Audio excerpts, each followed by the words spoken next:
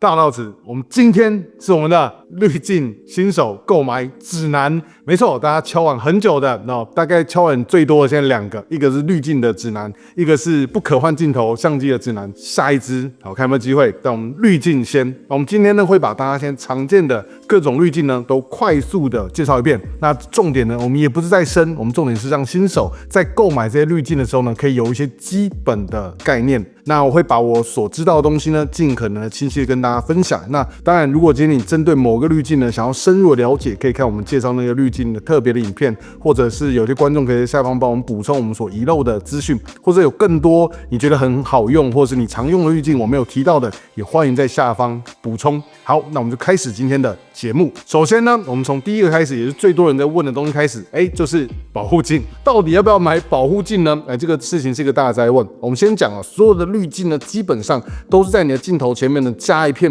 玻璃或者是玻璃相关的制品，无论你加的东西是什么，再高级，它都会去减损到你的画质，多跟少的差别而已。因为只要多一片玻璃，当光线进入的时候呢，就会产生一些折射、反射之类的东西，所以一些耀光什么东西的，今天你买一颗很贵的镜头，你要达到它最好的画质，理论上是什么都不加是最好的。而为什么我们要加上保护镜呢？理由很简单，就是因为那个镜头很贵，那你希望能够保护它。所以我们多半呢还是会加一片保护镜。那我自己的心得是，越望远的镜头对于保护镜品质的要求呢就会越高。我自己的建议会是，如果今天焦段在100以上的话呢，你的保护镜的价格呢尽量会挑高一点、贵一点的。像我自己呢，可能就会从可能2-3千、3-4千以上的保护镜来做挑选。那在标准焦段上，我觉得相对影响是最少的。比如说你有个50定焦，那保护镜价格可能在1000块上下，应该会是还 OK 的。如果是广角的话呢，要特别去注意网络上的一些评价，因为有的保护镜可能暗角形成的比较严重，那对于广角来说呢，会是另外一个问题。所以这是保护镜上面的选择。那我自己会认为，一般最容易挑选就是你镜头价格大概1/10左右价格，可能会最适合那个保护镜，但还是要备上每个人的你的预算。那我自己的另外一个建议就是，如果今天你的镜头价格可能只有3-4千块的话，我会觉得你其实可以不用装保护镜，因为相对来说那个镜头价格没那么高，而你买个200-300块的保护镜，可能对于画质影响还蛮大的。那换一个角度来讲，你如果今天买个2-3千块的镜头，你装1000多块保护镜，好像也是哪里怪怪的。但如果你真的非常爱惜那个镜头的话，我是没有意见的。好，所以这个就留给大家自己思考一下，那个比例上面怎么去选择。好，接着我们来正式的进入今天的重点。首先第一种呢，就是黑柔跟白柔。那黑柔跟白柔呢是制程上面的不同。白柔的话算是比较早期我们会使用到的柔焦镜，它一般是在镜头上面呢有一些小小的刻纹，或者是掺入一些东西，让画面在拍摄的时候呢，那个边角会有点晕开来的效果。白柔一般的强度呢会比黑柔看起来再强一点。黑柔是在制程的时候呢会混入一些黑色的颗粒，让光线在过来的时候呢会稍微有一些折射、反射之类的东西弹开来，让画面呢一样是在对比度上面呢会稍微降低一点点。那一般很多人在说拍所谓的电影感，或者是在走一些可能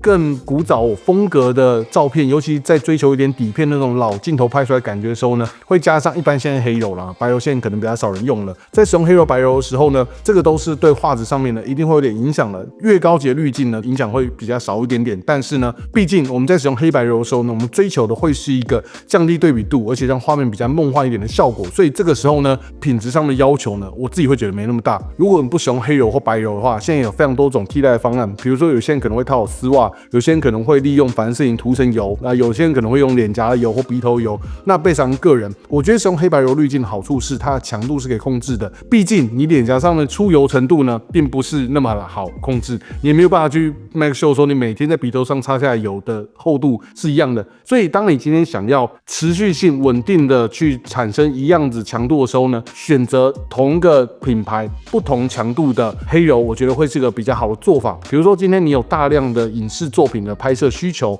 你想要拍一系列的短片，你固定使用1/8某一个品牌的黑柔，你可以保证说，你在使用这个滤镜的时候呢，它的强度是差不多的。那各家品牌之间的强度呢，其实有些不同，会跟他们自己家品牌的才能够做对比。所以你拿 Nisi 的会去对比 STC 的，去对比海大的，都是1/4，可能出来的结果不一样这个就没有办法了。现在呢，也有些内置型的黑柔滤镜 ，STC 有出一些就是可以装在感光元件上面的黑柔。那这个部分呢，我们就留到后面我们在介绍内置滤镜的时候再一起解释它的差异性。我自己个人呢，不会觉得说你要全时都挂着黑柔或白柔，因为每个时期大家喜欢的影像风格不太一样。也许你今天在做某一个特别的系列，或者在做一个创作拍摄的时候呢，可以考虑加上黑柔或白柔。但是你全部的照片都加上的话，我自己会觉得，也许过个5年，你可能再回头看照片会觉得，好像有点太过了。所以谨慎的使用黑柔跟白柔，我认为是蛮重要的。那我也建议，如果今天你真的非常的喜欢，你就说你就是要常驻的话，那我会建议你用强度低一点的，可能会是比较好的。但当然这个还是背上自己的想法。在第二个呢，大家常会问的呢，就是 CPL， 它是偏光镜，它是可以帮你消除掉一个方向的光线。最常使用到的场合就是消除掉画面中水面的反射，或者是一些玻璃的反射，或者是电脑萤幕。当 CPL 不是万能，它基本上只能消除某一个方向。那大气中如果有些水汽的话呢，使用 CPL 呢，也可以消除掉那些水汽的光线，所以可以让天空呢看起来更蓝一点。CPL 也算是一个大家最常会问说，我可不可以 always 都挂一片 CPL 在镜头前面的滤镜？那我自己的看法呢，是因为 CPL 呢本身它当然对画质也会有点影响，而且也容易会出现暗角。另外呢，如果没有定时的去转动你的 CPL 去对应到现在的光线的时候，有时候我觉得效果反而是并没有达到那样的效果。我觉得如果你今天是拍摄风景为主的话呢，也许你可以考虑挂一片 CPL。但如果今天是日常各种拍摄的话，我自己还是会比较倾向还是用保护镜会比较好一点点。当你需要使用 CPL 的时候呢，再挂一片 CPL 就好了。同时呢 ，CPL 也是有减光的效果，因为你要消除掉某个方向的光线，所以一般的 CPL 呢多半可能会减掉可能1级左右的光线。那像 STC 有推出减光比较少的，但有些人也会反映说，那可能他在 CPL 在消除光线的时候，它效果也比较差所以这个一样有好有坏。如果今天你真的你就是很想要挂一片的话，那我也选择呢，就是挂可能减光上面比较少一点的 CPL， 我觉得会是比较好的。不然当你今天天色比较暗到夜景的时候呢，你可能需要用更大的光圈，需要使用更慢的快门来应付眼前光线不足的状况。CPL 跟减光镜呢，这2个算是我认为在镜片品质要选择比较好的2个滤镜。为什么呢？因为除了这2片之外呢，多半的其他滤镜呢，都是在破坏你画面中的影像品质。比如说刚刚提到黑柔跟白柔，它本来就是要模糊化你进到镜头里面的光线，所以这时候你在选择非常高级的黑柔跟白柔，我会觉得好像意义性不那么大。但 CPL 跟减光镜这2者呢，多半都还是希望能够维持原本的影像品质，所以这2者呢，我会建议价钱不要太省会比较好。再来就是减光镜，那减光镜会分成就是单一深度的减光镜跟可调式的减光镜。那现在随着录影的使用上需求很多，使用可调式减光镜的人呢也变得比较多。那2个各有各自的优缺点。可调式减光镜呢，肯定就是方便。当你今天需要针对不同画面在做亮度的调整的时候呢，尤其是在动态，因为会有快门速度的限制，所以使用可调式的减光镜效果会是比较好的。但如果在拍摄风景之类的，你很害怕画面中有些十字形的暗纹啊，或者是画面中暗的东西不均匀的话，我觉得单一深度的减光镜可能还是会比较好的。我自己的简单的粗略的分，我觉得动态可能还是会去使用可调式的，但对于静态拍摄下，如果今天你很清楚自己知道需要多少减光镜，那我觉得直接选择单一深度的减光镜会比较好。关于减光镜的应用跟实际上操作，在我们后续的线上课程里面会有很完整的介绍，也有比较清楚的范例。那今天简单跟大家分享，就是很多观众会问，尤其新手会问说，我是不是应该买一片减光镜，在各种场合下我就挂着减光镜，比如说今天外面天气很亮，我要拍摄人像，我就使用减光镜。我建议你在使用减光镜之前，先思考一下你为什么要使用减光镜。基本上你装减光镜之后呢，不会针对亮部的地方去做减光，而是针对整个画面去做减光。所以如果今天你的相机参数，比如说你今天其实你只要再调快门就可以达到那样减光的效果，那你其实不需要装片减光镜来破坏你的画质，其实你直接调快你的快门，降低你的 ISO， 缩小你的光圈，就可以达到这样的效果。以一般拍摄来说，你真的会需要减光镜，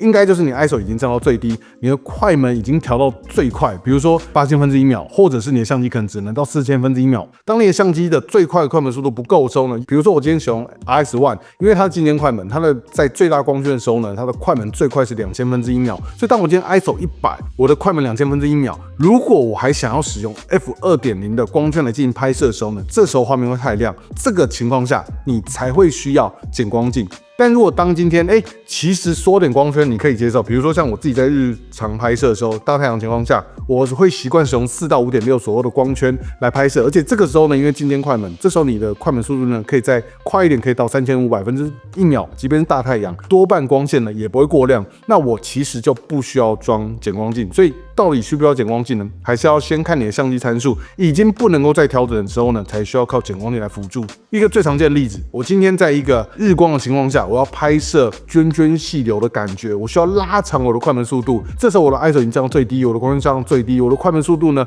我就是需要1/10秒。可是有太阳了，甚至是阴天，我不可能再改变我的参数了，这时候呢，减光镜才会派上用场。你可以去计算，还需要几秒的时间来换算你需要什么样的减光镜。这个网络上呢，应该有很多分享，我们后续线上课程呢也会仔细的教大家算。但我们今天呢，就大概让你知道，这个时候呢，你才会需要减光镜，这样就 OK 了。以上这3种呢，算是我们最常见，也最常会使用到，也是最多人会问的3种滤镜。所以这3种滤镜呢，其实网络上呢可以买到非常多综合型的滤镜。我们再继续往后讲之前呢，我们先解决这个问题：到底我要买单一功能的滤镜，还是买混合型的？比如说我这边有一片海大，我们之前介绍过的，它是减光镜加上 CPL， 那我需不需要使用这个组合呢？如果今天这2个功能你都同时会用到的话，那确实你买组合型的，你会减少多一片玻璃挂在上面，会更减少耀光之类的问题。这个时候呢，你选择多合一的，我觉得是好的。但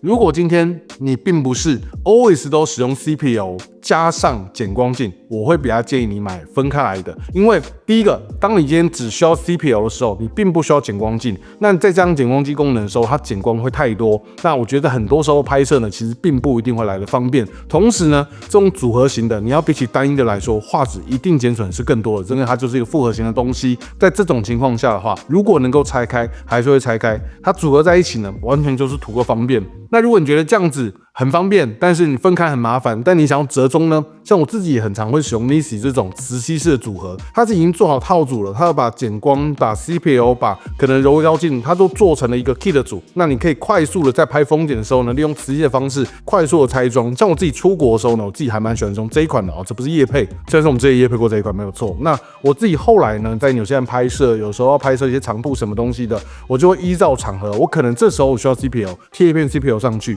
我这时候要减光，我就依照我要减光的程度呢，我就贴个1-2片减光上去。然后拍完之后呢，我一拔就下来了。从现在开始到未来接下来的时候，应该会有更多这种很方便的各种组合。我觉得没有一定要买哪一家的，但是呢，这种组合我确实我觉得在出国的时候呢，比起过去你要一片一片拆装来的方便很多。另外一个呢，就是内置型的滤镜。那像 SDC 呢，有出很多针对不同的相机，有针对它自己内置型的滤镜。它的好处是什么呢？当你的相机是可换镜头的，它是可以打开来的，可以把你的滤镜呢直接装在感光元件的上面。你在使用不同的镜头在拍摄的时候，你就可以不需要再去更换滤镜。它最适合的场合就是，当你今天在拍摄风景，你固定要使用这样子的曝光组合，你需要装片减光镜上去。但同时呢，你有好几个镜头要轮着使用，或者你在录影，今天是一个大太阳的情况下，你会持续使用好几个镜头交替的在录影，但是呢，同时都需要，比如说 ND 原64之类的减光镜来做辅助。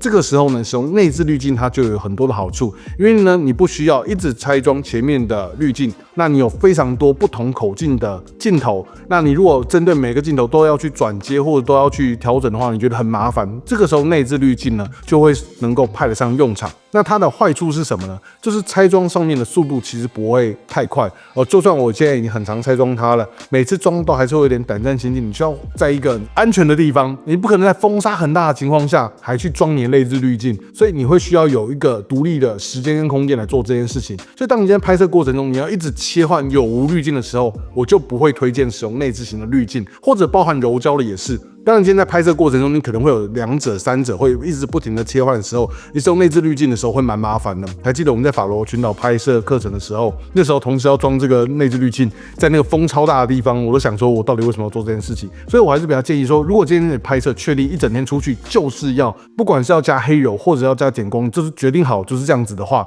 那么使用内置滤镜会方便很多。但如果在拍摄过程中会是不停切换的话，再思考一下。刚刚讲到口径的问题，其实呢，很多人呢，对新新手来说，包含自我在内，我不可能针对不同镜头买非常多的滤镜。网络上一定会有人跟你讲说，你就针对你最大的那个镜头买滤镜就好。以我的手上2470 GN2 来说，它是82口径的，那82算是一个很常见的滤镜尺寸，那你就可以买82滤镜之后呢，你再买一些转接环来去做转接，甚至是有些品牌它会自己附它的转接环，你可以转接成77，转接成67，那把这些东西呢，甚至可以一层一层的接在一起之后，你可以把你比较大的滤镜呢接到比较小口径的镜头上面。但我会觉得，如果真的差很多的话呢，也是比较硬转。我觉得你可以买一个大一点的尺寸跟一个 maybe 中型的尺寸，那中的就中到小，大的就大到中，就是你可以依照你使用的镜头呢去配置一下，简单的购买几个很便宜的这种转接环哦，就是像这个是77到72，你可以把77的滤镜呢装在72的镜头上面，然后你就可以很轻松的去把滤镜之间呢做一个转接，然后你可以用在各种滤镜上面。以上是3种大家最常用到的滤镜，那后面呢是一些有时候你可能也会用到，或像现在比较流行的一些滤镜呢，先快速的跟大家再介绍一下。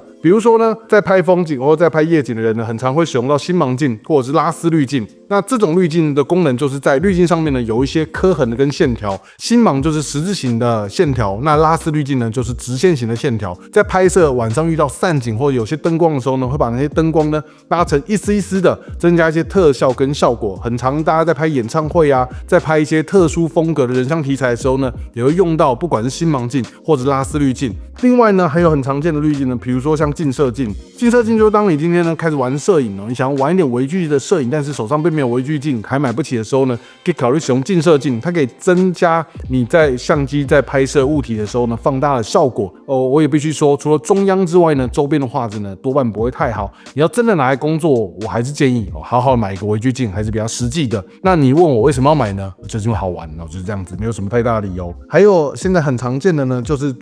外面装了一些这种像万花筒式的特殊的滤镜，这个呢多半不管在动态或者在平面上拍摄呢，一样在拍摄一些特殊题材、人像创作上面很常会去使用。那除了这种可以装在镜头上面的形式之外呢，现在其实更流行的会比较偏向是手持式的滤镜，这个都会安装一些锁孔，你可以把它锁在相机前面，或者是单纯用手拿着把它挡在相机前面呢，有的可以拉丝，有的可以做一些特别的散景的效果。那我觉得这个呢，在增加你拍摄题材上面的有趣度呢，也是不错的。所以如果对于新手你想要尝试一些有趣的东西，尤其是拍人像上的话，可以考虑呢找一个这种东西来做使用。这边还是要跟大家强调，就是可以想象出来，基本上呢，这些所有滤镜都是在你的镜头前面再放一些介质来干扰光线进入到镜头的路径。所以呢，你有没有一定要买像这样子的东西才可以拍出这样的效果呢？其实并不一定，你只要找一个玻璃，找一个塑胶，找任何一个瓶子，其实你放在镜头前面呢，多半都可以做出不错的效果那这个东西呢，也没有业配就不介绍了。那如果厂商有兴趣的话呢，我们频道也是一个不错可以业配的选项。好，以上就是我们新手滤镜的购买指南，希望能够帮到新手大概厘清一下现在常见的滤镜有哪几种，以及各自呢会适合用在什么样子的地方，希望能够帮助各位在购物上面呢更愉快一些。我们是我都可以到此，我们下支影片再见，大家拜拜。